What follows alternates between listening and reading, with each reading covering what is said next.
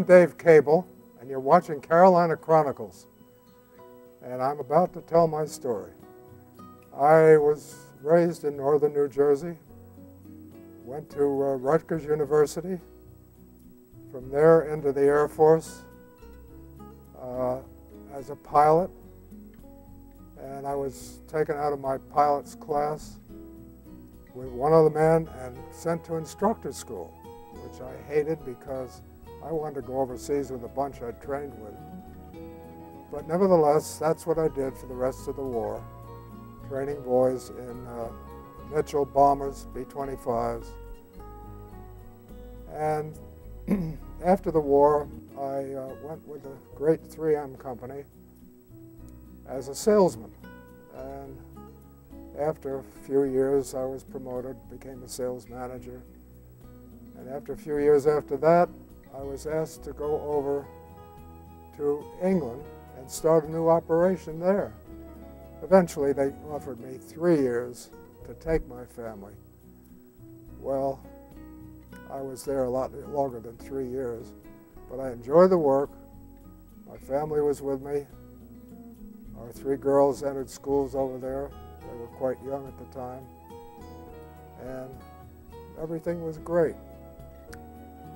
Well, it didn't take very many years to finish my task. Well, actually it did. I shouldn't say it that way because it actually took me 23 years. And it wasn't that I was slow, it was that the potential there was just tremendous, and the people who mattered in making the decision hadn't realized that. I had trouble with the nomenclature for a couple of years because some of the words they use are either pronounced differently. Example, we say distributor, they say distributor. I don't know who's right. They invented it. We only improved it. But a funny thing happened. One of the Englishmen that I got the most friendly with after a year or two said, "Dave, can I ask you a personal question?" "Sure." He said, "Do you have some sort of a scalp disease?" See, I had gone over as an American with a nice crew cut. "Do you have a scalp disease?" I said, "No, why?" Well, he said, "The way you wear your hair like that." He said, "Look at your hair and then look at mine." And his was out to here and down his neck, and oh boy. But I soon got used to their customs, and some of them were strange. Example, if I'd call up a good customer and say, "Bill, how about having lunch with me today?" And he'd say, "Well, just a minute, I'll get on to my secretary and see if I'm clear." Get on to my secretary. That's the way they commonly use that expression. Kind of strange.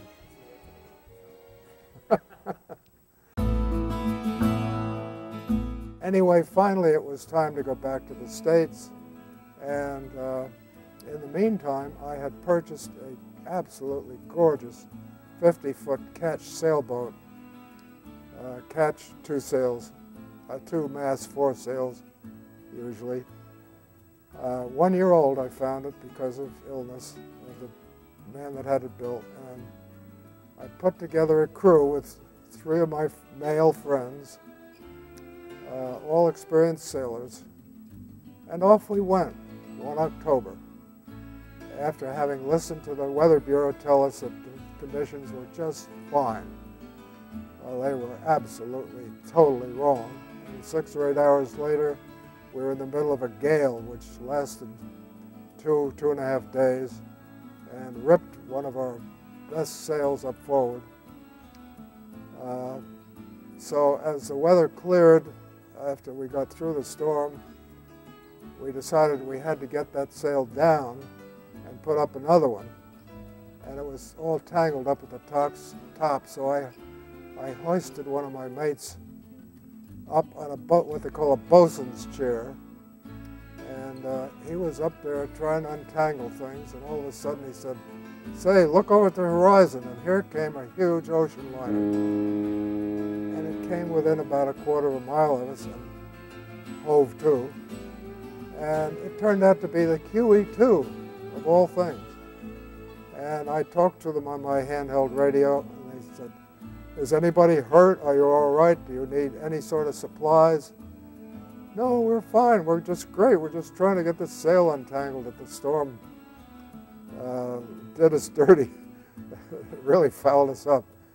So they said, "Well, we just wanted to help you if we could." And I thought, how nice of them. Of course, what they were doing was the rule of the sea to help anyone that is in trouble.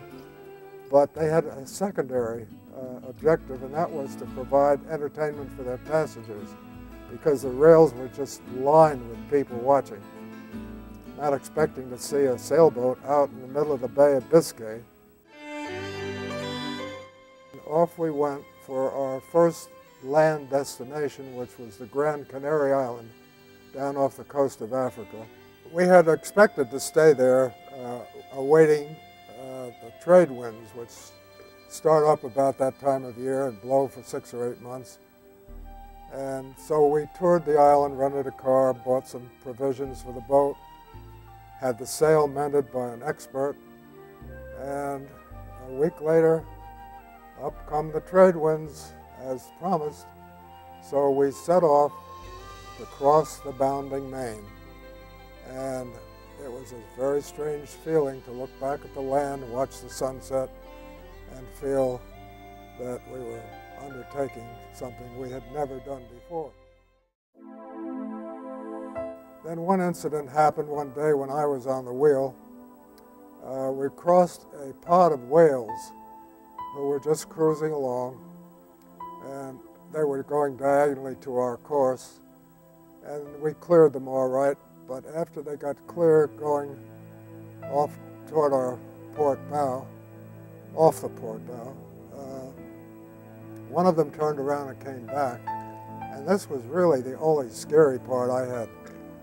I don't scare easily. I didn't scare in the gale we were in because I knew I had a solid boat.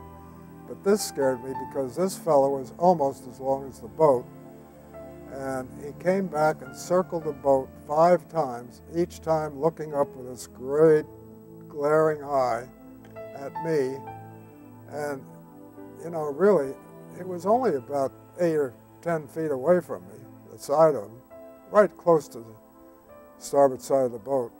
And I was fearful that he, with one flip of his big tail, could stove in the boat and we'd be gone. But I guess he was just curious and wanting to make sure that we weren't going to prove any harm to his children. We figured he was the grandfather. So off he went, and all was well, but boy, was I glad to see him leave. Well, things went pretty well from then on, except that we hit a couple of days of absolutely no wind at all, which is unusual when you've got the trade winds started. So unfortunately, it was when we were in the tropics, and it was very, very hot. Each day we sought out the shade provided by the sails to try to cool, because the boat was not air conditioned. But we managed to live through it.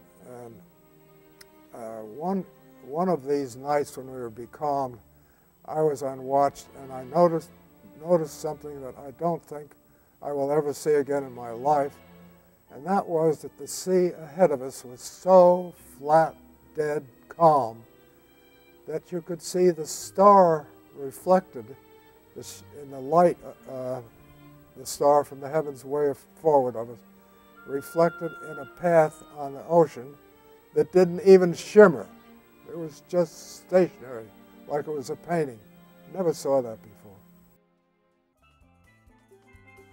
Anyway, we kept going every day. I took the sightings with the sextant. Fortunately, I was doing things right, because we landed, well, we didn't land, but we ended up on our landfall, which was in the British Virgin Islands, an island called Virgin Gorda, and we hit it on the nose and went around behind it to the next island named Tortola. and we tucked ourselves into a nice little cove, harbor, across from the capital of the British Virgin Islands, which is called Cape Town. The next day we left for Puerto Rico, and that was quite an interesting event also, because the last couple of hours of that sail, a heavy rainstorm engulfed us, and the rain got so heavy that I literally could not see the water in the front of the boat.